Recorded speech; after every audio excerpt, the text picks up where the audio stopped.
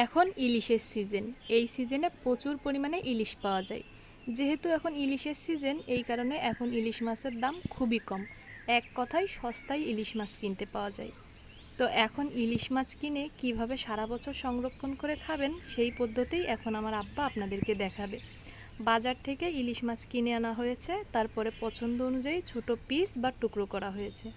তারপরে ভালোভাবে ধুয়ে মাছ থেকে পানি ঝরানোর জন্য একটা ডালায় রাখা হয়েছিল। পানি ঝরে আসলে ইলিশে পর্যাপ্ত পরিমাণে লবণ দেওয়া হচ্ছে। লবণ দেওয়ার পরে একটা প্লাস্টিকের পাত্রে সুন্দরভাবে এক একটা করে ইলিশ সাজিয়ে রাখা হচ্ছে। আর এভাবে লবণ দিয়ে ইলিশ রাখলে সারা বছর সংরক্ষণ করে খাওয়া যায়, তবে পর্যাপ্ত পরিমাণে লবণ দিতে হবে। আর এটাকে নোনা ইলিশ বলে।